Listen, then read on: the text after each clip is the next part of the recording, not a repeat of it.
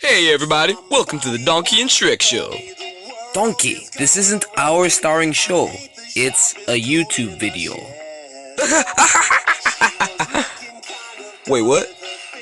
Hello everyone, welcome to the Shrek and Puss in Boots movie ranking. Puss? We hope you enjoy all of our movies just as much as we do. Shrek and Puss? This list will include every feature-length film except for our musical. Now hold on a minute, Shrek, what kind of a production is this? Donkey!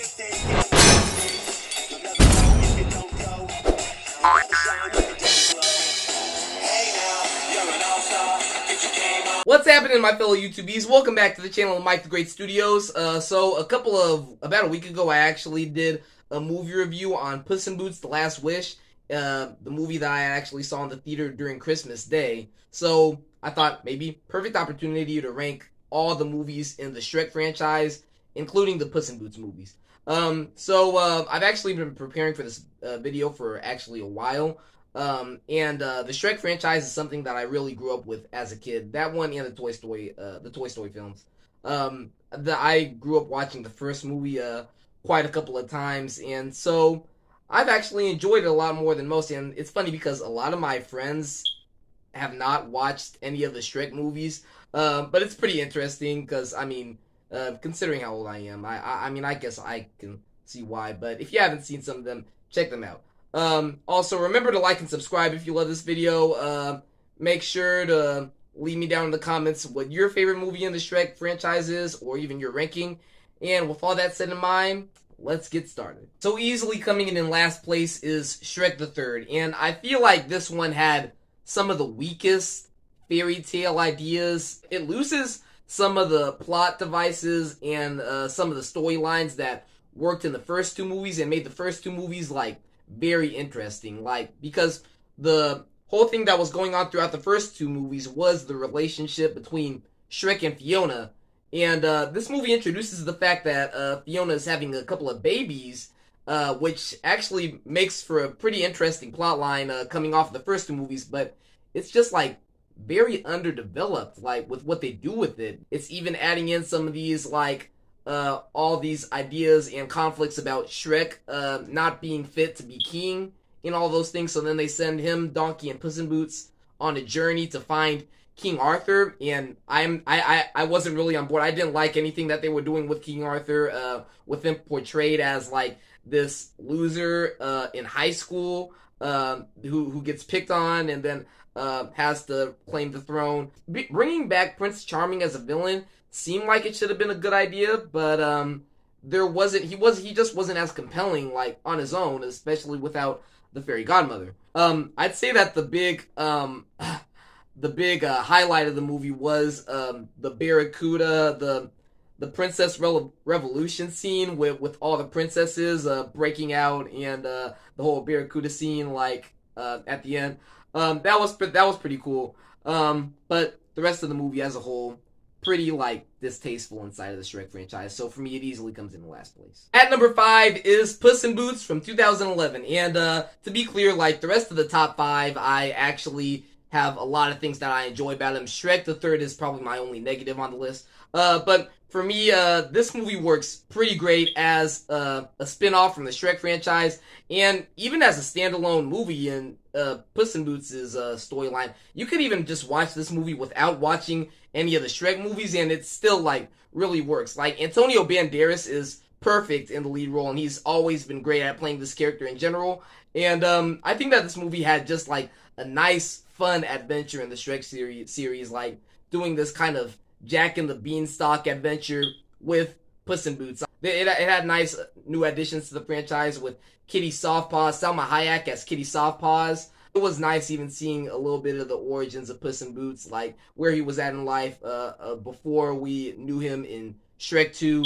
I only feel like the negative for this one is that some of the humor and the jokes and stuff, the storyline all throughout itself, the spice, it isn't as memorable as I would say most of the stuff in the second film was. I think the second film just overpowered it by a lot. And Humpty Dumpty as a character seemed a little bit too annoying and too stupid to come off as the main villain with the plot reveal in the third act.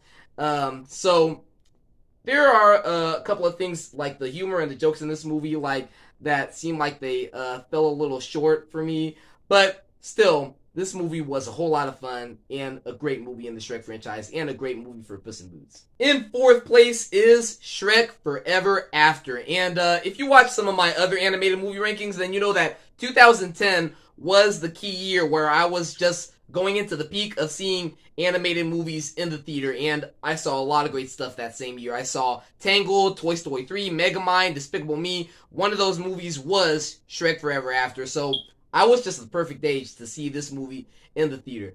And beyond that, I think that this movie was just a great concept inside of the Shrek franchise, seeing this alternate world in this own fairy tale universe. And there was a lot of interesting stuff that they did inside of that, with even seeing stuff like Puss in Boots in this retired stage, not being the big swashbuckler that we know him as from the first couple of movies, or even Fiona leading a resistance of ogres. Like, it's just things that you were never really asking for in the Shrek franchise, but still worked pretty well. And it's actually a movie that made me like the first movie a whole lot more, just because it reflects on that relationship that Shrek had with Fiona in the first movie, and tells it with him like in this different place, and just him being reactive to how he felt like even as ogre in the past events, like before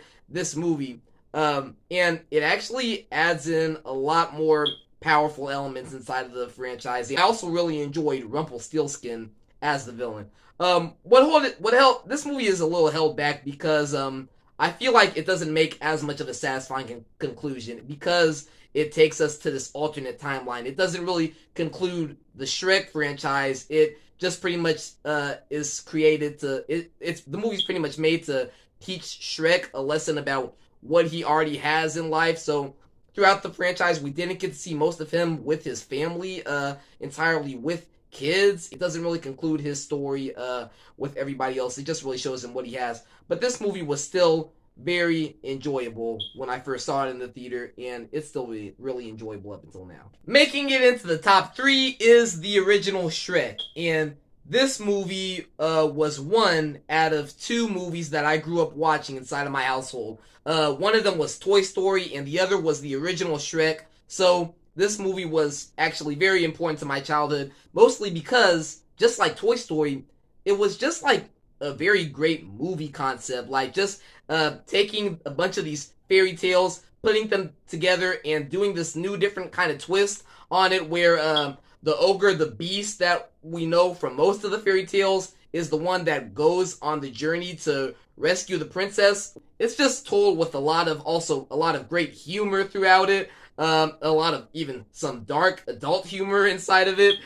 Even like growing up watching it, there were some jokes that my parents understood that I didn't get until I had seen it again a couple of years afterwards. Also, I think Mike Myers just adds in a whole lot of fun to this character with the voice talent. There's also the big standout, of course, is also Eddie Murphy as Donkey, who is just like so hilarious. This is probably one of my favorite Eddie Murphy performances. My parents are people who grew up watching Eddie Murphy movies, so I feel like the only reason why I don't have this movie at number 1 and it's at number 3, watching it up to this point in time, I feel like the story feels like pretty slow whenever I look back at it. I mean, because it's very simple.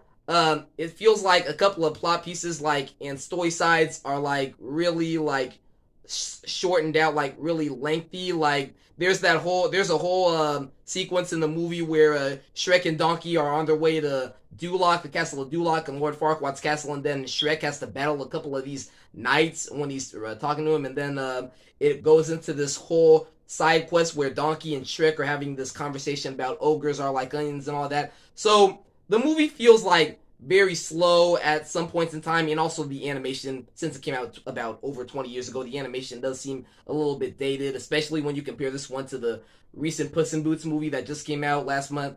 But still, this movie was a pretty important piece to my childhood, and just one of my favorite animated movies of all time. The runner-up is Puss in Boots: The Last Wish. Come on, sing with me! Who is your favorite fearless hero? Who is your favorite fearless hero? Sorry, I got a little carried away there. Anyway, this movie was just like a huge improvement off of the first movie. It had a lot more of the humor that I wanted from the first movie, and it actually does like a much more compelling Puss in Boots story, and a big arc for Puss in Boots himself, better than any of the others, like throughout the Shrek series. Just because it shows him at the stage where he's down to his last life and trying to keep that title for himself. It actually just makes for a very compelling Puss in Boots story. And this movie might even still be the most funniest film out of any of the other movies inside of this franchise. Just when I saw it last month, we were just getting a whole lot of big laughs out of it. And it was a lot of nice, it felt like it returned to a lot of the great fairy tale storylines throughout it, and doing what the franchise does so well was turning these fairy tale storylines all on its head, like with what they were doing with Goldilocks and the Three Bears and stuff like that.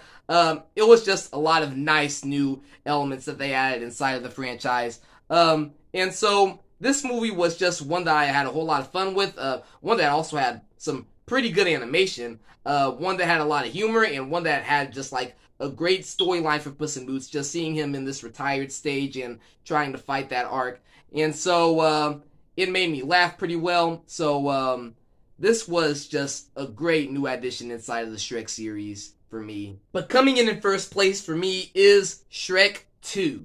And this movie was just a great follow-up to the first movie. Just still inside of my mind, this one will always be at number one, just because it does like the fairy tale stuff from the first movie like a whole lot better, and just doing these nice new ideas inside of the franchise just made the franchise like so much more interesting, just because it does things like bring in some nice great new characters, like introducing us to Puss in Boots, who is just so much fun of a character that he ended up getting 2 movies. And it even has probably some of the best villains inside of the franchise, doing interesting stuff like making the fairy godmother and Prince Charming the villains, which you never thought would actually make for a great, compelling, and a very great idea inside of a franchise like this. Because it's inside of this franchise, that's what made it work so well, is that you would understand why these kind of characters would have these kind of motivations as villains. And this movie also has my favorite soundtrack out of all of these movies, and it actually has the soundtrack that I listen to very frequently.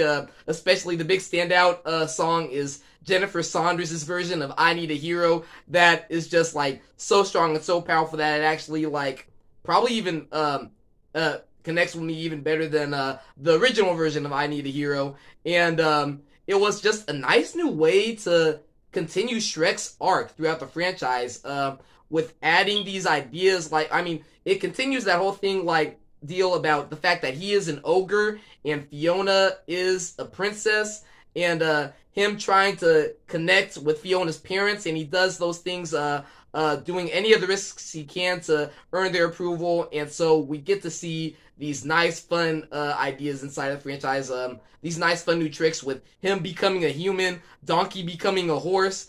And so it just developed his arc very well. And so this movie, I mean, it also had some nice humor added inside of it, and a nice fun third act involving a giant gingerbread man. I mean, what this movie did with all the fairy tale stuff inside of it was just very well. If you watch my 2004 movie ranking, I also had this movie at number 1.